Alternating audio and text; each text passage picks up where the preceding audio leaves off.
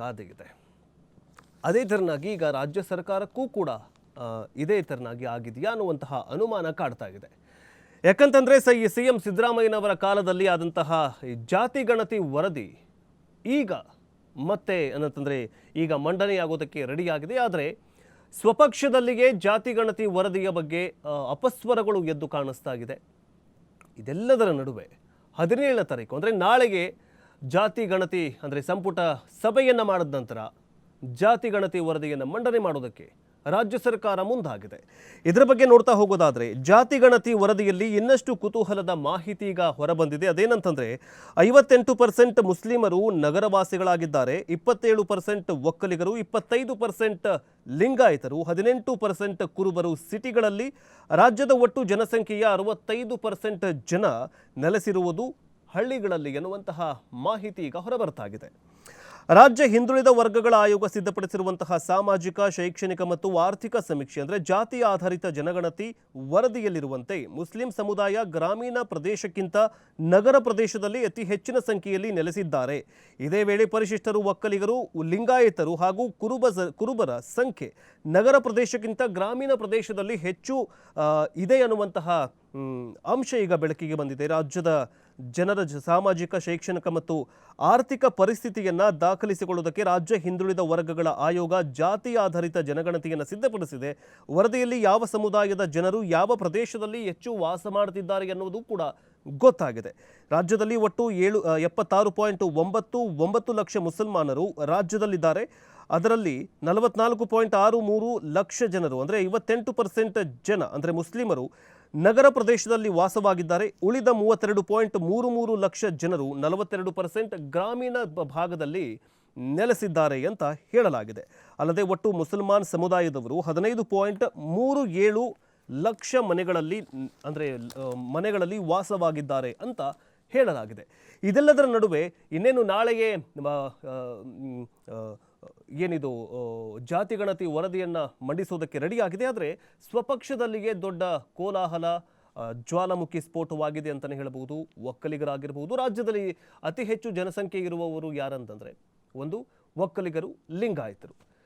ಇವರಿಬ್ಬರೇ ಇದನ್ನು ಅಂದರೆ ಏನಂತಂದರೆ ಇದರ ಬಗ್ಗೆ ವಿರೋಧ ಮಾಡ್ತಾರೆ ಎನ್ನುವಂತಹ ಮಾತುಗಳಿತ್ತು. ಆದರೆ ಬೇರೆ ಬೇರೆ ಜಾತಿಯವರು ಕೂಡ ಈಗ ಈ ವರದಿಯ ಬಗ್ಗೆ ಅಪಸ್ವರಗಳು ಎತ್ತಿದ್ದಾರೆ.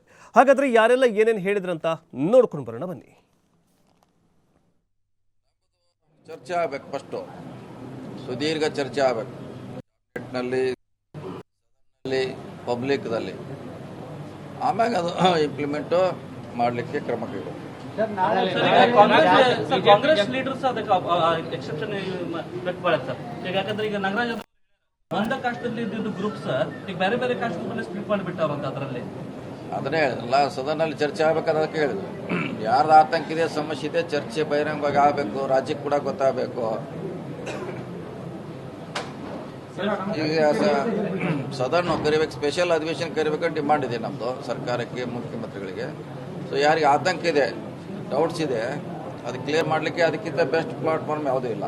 ನಮ್ಮದು ಚರ್ಚೆ ಆಗಬೇಕು, ಫಸ್ಟು ಸುದೀರ್ಘ ಚರ್ಚೆ ಆಗಬೇಕು. ಕ್ಯಾಬಿನೆಟ್ನಲ್ಲಿ, ಸದನ್ನಲ್ಲಿ, ಪಬ್ಲಿಕ್ದಲ್ಲಿ ಆಮ್ಯಾಗ ಅದು ಇಂಪ್ಲಿಮೆಂಟು ಮಾಡಲಿಕ್ಕೆ ಕ್ರಮ ಕೈಗೊಳ್ಳಿ. ಕಾಂಗ್ರೆಸ್ ಲೀಡರ್ಸ್ ಅದಕ್ಕೆ ಎಕ್ಸೆಪ್ಷನ್ ವ್ಯಕ್ತಪಡಿಸ್ತಾರೆ. ಈಗ ಯಾಕಂದ್ರೆ ಈಗ ನಗರಾಜ್ ಅವರು ಹೇಳ್ಯಾರ ಒಂದ ಕಾಸ್ಟಲ್ಲಿ ಇದ್ದಿದ್ದು ಗ್ರೂಪ್ ಸರ್ ಈಗ ಬೇರೆ ಬೇರೆ ಕಾಸ್ಟ್ ಸ್ಪ್ಲಿಟ್ ಮಾಡಿಬಿಟ್ಟವ್ರಂತ ಅದರಲ್ಲಿ. ಅದನ್ನೇ ಹೇಳಿದ್ರಲ್ಲ, ಸದನಲ್ಲಿ ಚರ್ಚೆ ಆಗ್ಬೇಕಾದ್ರೆ ಅದಕ್ಕೆ ಹೇಳಿದ್ರು. ಯಾರ್ದು ಆತಂಕ ಇದೆ. ಈಗ CD ಬರುತ್ತಲ್ಲ, ಈಗ ಹೋಗಿರ್ತಕ್ಕಂಥವ್ರು ಯಾರು ಟೀಚರ್ಗಳು. ನಾವೇನು ಟೀಚರಿಗೆ ಫೋನ್ ಮಾಡಿ ಹೇಳ್ಬೋದಾ ನೀವು ಅಂತ ಹೋಗ್ಬೇಡ್ರಿ ಅಂತೇಳಿ? ನಿಮ್ಮ ಮನೆಯಲ್ಲಿ ಅಂತ ಸರ್ಕಾರ ಗುರುತಿರುತ್ತಾ ಅಂತ ಇಂಥವ್ರ ಮನೆಗೆ ಹೋಗಿ ಅಂತೇಳಿ ಡೈರೆಕ್ಷನ್ ಕೊಡ್ಬೋದಾ? Let us apply some mind. Yes, ನಿಮ್ಮ ಪೊಲಿಟಿಕಲ್ ಇಂಟ್ರೆಸ್ಟ್ ಇದೆ, ಪೊಲಿಟಿಕಲ್ ಇಂಟ್ರೆಸ್ಟಿಂದ ಮಾಡಿರ್ತಕ್ಕಂಥದ್ದು ನಿಮ್ಮ ವಾದ ಇದ್ದರೂ ಕೂಡ let us accept for timing, let us accept. But ಬರಲಿ ಅಲ್ಲ, CD ಮಾಹಿತಿ ಬರಲಿ. ಈಗ ನಿಮ್ಮ ಊರಲ್ಲಿ ಎಷ್ಟಾಗಿದೆ, ನಿಮ್ಮ ತಾಲೂಕಿನಲ್ಲಿ ಎಷ್ಟಾಗಿದೆ ಅಂತ ಸ್ಪಷ್ಟೀಕರಣ ಕೊಟ್ಟಾದ್ಮೇಲೆ ಅದರಲ್ಲಿ ತಪ್ಪಿದ್ರೆ ನೀವು ಅದನ್ನ ಹೇಳ್ಬೋದು. ಅದಕ್ಕಿಂತ ಮುಂಚೆ ಅವಕ್ಕೆ ನೀವು ಜಂಪ್ ತಗನ್. ಪ್ರತಿಯೊಬ್ಬರಿಗೆ ಯಾರು ರಾಜಕೀಯ ದೃಷ್ಟಿಯಿಂದ ಹೇಳ್ತಾರೆ, ಮಾತನಾಡ್ತಾರೆ, ಅದನ್ನ ವೆಲ್ಕಮ್ ಮಾಡೋಣ. If I am also talking something negative about it or if I am unhappy about it, my request them to is ಸ್ವಲ್ಪ ವೇಟ್ ಮಾಡಿರಿ. ನಿಮಗೆ ದಾಖಲಾತಿಗಳನ್ನ ತಗೊಂಡು ಚೆಕ್ ಮಾಡಿದ್ಮೇಲೆ ವೆರಿಫಿಕೇಷನ್ನಲ್ಲಿ ನಿಮಗೇನ ಲೋಪದೋಷಗಳು ಕಂಡು ಬಂದಲ್ಲಿ ಅದು ಹೇಳೋದೆಲ್ಲ ಸರಿ ಇದೆ. ಸಾರಾಸಕಟವಾಗಿ ಸರಿ ಇಲ್ಲ ಅಂತ ಹೇಳ್ತಕ್ಕಂಥದ್ದು ಸರಿಯಲ್ಲ ಅಂತ.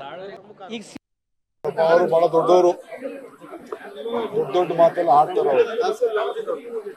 ಅವ್ರ ಅನುಕೂಲಕ್ಕೆ ಏನೇಳ್ಬೇಕು ಅವ್ರು ಮಾತಾಡ್ತಾರೆ. ನಾವು ನಮ್ಮ ಪಕ್ಷದಲ್ಲಿ ನಮ್ದೇ ಆದಂತ ತತ್ವ ಸಿದ್ಧಾಂತಗಳಿದೆ. ಸರ್ವರಿಗೂ ಸಮಬಾಳು ಸಮಪಾಳು ಅಂತೇಳಿ ಬಸವಣ್ಣವರ ಆಚಾರ ವಿಚಾರಗಳು ನಮ್ಮ ಪಕ್ಷದಲ್ಲಿ ಅಡಗಿದೆ. ಸಂವಿಧಾನದಲ್ಲಿ ನಾವು ನಂಬಿಕೆ ಇಟ್ಕೊಂಡಿರೋದು. ಸೊ ಪಕ್ಷದಲ್ಲಿ ಅನೇಕ ತೀರ್ಮಾನಗಳನ್ನು ನಾವು ಮಾಡ್ತೇವೆ. ಸೊ ಯಾರಿಗೆ ನ್ಯಾಯ ಒದಗಿಸ್ಕೊಡ್ಬೇಕು ನ್ಯಾಯ ಒದಗಿಸ್ಕೊಡೋಕೆ ನಮ್ದೇನು ಅಭ್ಯಂತರ ಇಲ್ಲ. ಸೊ ಕೇಂದ್ರದಲ್ಲಿ ಸಂವಿಧಾನದಲ್ಲಿ ಕೆಲವು ಕಾನೂನಿನಲ್ಲಿ ಯಾರ್ಯಾರು ಕೆಲಸ ಮಾಡಬೇಕು ಅಂತ ಇದೆ. ಆ ನಿರ್ಬಂಧವನ್ನ ಗಮನದಲ್ಲಿಟ್ಕೊಂಡು ನಮ್ಮ ಸರ್ಕಾರ ಅನೇಕ ತೀರ್ಮಾನಗಳನ್ನು ಮುಂದಿನ ದಿನದಲ್ಲಿ ಮಾಡ್ತಾರೆ. ಅವರು ಬಹಳ ದೊಡ್ಡವರು, ದೊಡ್ಡ ಮಾತೆಲ್ಲ ಆಡ್ತಾರೆ ಅವ್ರ ಅನುಕೂಲಕ್ಕೆ ಏನೇಳ್ಬೇಕು ಅವ್ರು ಮಾತಾಡ್ತಾರೆ. ಈಗೇನು ಡಿ ಕೆ ಶಿವಕುಮಾರ್ ಅವರು ಬಹಳ ದೊಡ್ಡವರವರು, ನಮ್ಮ ಪಕ್ಷದ ಸಿದ್ಧಾಂತ ಅವರು ಕಾಲಕ್ಕೆ ತಕ್ಕಂತೆ ಚೇಂಜ್ ಆಗ್ತಾರೆ ಅಂತ ಹೇಳಿದ್ರಲ್ಲ, ಅದು ಕುಮಾರಸ್ವಾಮಿ ಅವರು ಸುದೀರ್ಘವಾಗಿರುವಂತಹ ಒಂದು ಟ್ವೀಟ್ ಮಾಡಿದ್ದಾರೆ ಇದೇ ಜಾತಿ ಗಣತಿಯ ಬಗ್ಗೆ. ಆದರೆ ಸಂತೋಷ್ ಲಾಡ್ ಅವರು ಹೇಳ್ತಾ ಇದ್ರು, ನಾವೇನು ಟೀಚರ್ ಅವರಿಗೆ ಹೇಳಿದ್ವಾ, ಇಂಥ ಗೈಡ್ಲೈನ್ಸ್ ಕೊಟ್ಟಿದ್ವಾ, ಇಂಥವ್ರ ಮನೆಗೆ ಹೋಗ್ಬೇಡಿ ಇಂಥವ್ರ ಮನೆಗೆ ಹೋಗ್ಬೇಡಿ ಅಂತ. ಆದರೆ ಸ್ವಪಕ್ಷದಲ್ಲಿಗೆ ಏನಾಗಿದೆ ಅಂತಂದರೆ, ಅಂದರೆ ಈಗ ಲಕ್ಷ್ಮೀ ಹೆಬ್ಬಾಳ್ಕರ್ ಅವರು ಹೇಳ್ತಾರೆ, ನಿನ್ನೆ ಮೊನ್ನೆ ಹೇಳಿದ್ರು, ಏನು ಹೇಳಿದ್ರು ಅಂತಂದರೆ ಜಾತಿ ಗಣತಿ ವರದಿಯನ್ನು ಇನ್ನೊಂದು ಸರ್ತಿ ಜಾತಿ ಗಣತಿ ಮಾಡಿ ಅಂತ ಹೇಳ್ತಾರೆ. ಸ್ವಪಕ್ಷದಲ್ಲಿ ಅಂತಂದ್ರೆ ಒಕ್ಕಲಿಗ ನಾಯಕರು ಈಗ ಅಪಸ್ವರವೆತ್ತಿದ್ದಾರೆ. ಲಿಂಗಾಯತ ನಾಯಕರು ಕೂಡ ಶಾಮನೂರು ಶಿವಶಂಕರಪ್ಪ ಇವತ್ತು ದೊಡ್ಡ ಮೀಟಿಂಗ್ ಮಾಡ್ತಾರೆ. ಲಿಂಗಾಯತರು ಮತ್ತು ವೀರಶೈವ ಲಿಂಗಾಯತರ ಜೊತೆ ಇವತ್ತು ಮೀಟಿಂಗ್ ಮಾಡ್ತಾರೆ. ಇವತ್ತೇನಂತಂದರೆ ಮತ್ತೊಂದು ಒಕ್ಕಲಿಗರ ಜೊತೆಗೆ ಒಕ್ಕಲಿಗ ಎಲ್ಲ ಏನಂತಂದರೆ ಒಕ್ಕಲಿಗರೆಲ್ಲರೂ ಕೂಡ ಸೇರಿಕೊಂಡು CM ಡಿ ಕೆ ಶಿವಕುಮಾರ್ ಅವರಿಗೆ ಒತ್ತಡವನ್ನು ಹೇರ್ತಾಗಿದ್ದಾರೆ. CM ಡಿ ಕೆ ಶಿವರ ಜೊತೆಗೆ ಇನ್ನೂ 5 ಜನ ನಾಯಕರನ್ನು ಹಿಡ್ಕೊಂಡು ನಮ್ಮ ಸಮುದಾಯಕ್ಕೆ ಯಾವುದೇ ಏನಂತಂದರೆ ಅನ್ಯಾಯ ಆಗಬಾರ್ದು, ಆ ಥರ ನೀವು ಜಾತಿ ಗಣತಿ ವರದಿಯನ್ನು ಕೊಡಿ ಅಂತ ಹೇಳ್ತಾಗಿದ್ದಾರೆ. ಇವತ್ತೆಲ್ಲ ಏನಾಗಿದೆ ಅಂತಂದರೆ ಜಾತಿ ತಮ್ಮ ಪರ ವಾದ ಮಂಡನೆಗೆ ಸಚಿವರ ಸಿದ್ಧತೆಯನ್ನು ಮಾಡ್ತಾ ಇದ್ದಾರೆ. ತಮ್ಮ ಜಾತಿಗೆ ಅನುಗುಣವಾಗಿ ತಮ್ಮ ಜಾತಿಯ ಬಗ್ಗೆ ವಾದ ಮಂಡಿಸೋದಕ್ಕೆ ನಾಳೆ ಸಚಿವ ಸಂಪುಟ ಸಭೆಯಲ್ಲಿ ಎಲ್ಲ ಶಾಸಕರು ಸಚಿವರು ರೆಡಿಯಾಗಿದ್ದಾರೆ. ಬಟ್ ಕಾದು ನೋಡೋಣ ಮುಂದೆ ನಾಳೆ ಏನಾಗತ್ತೆ.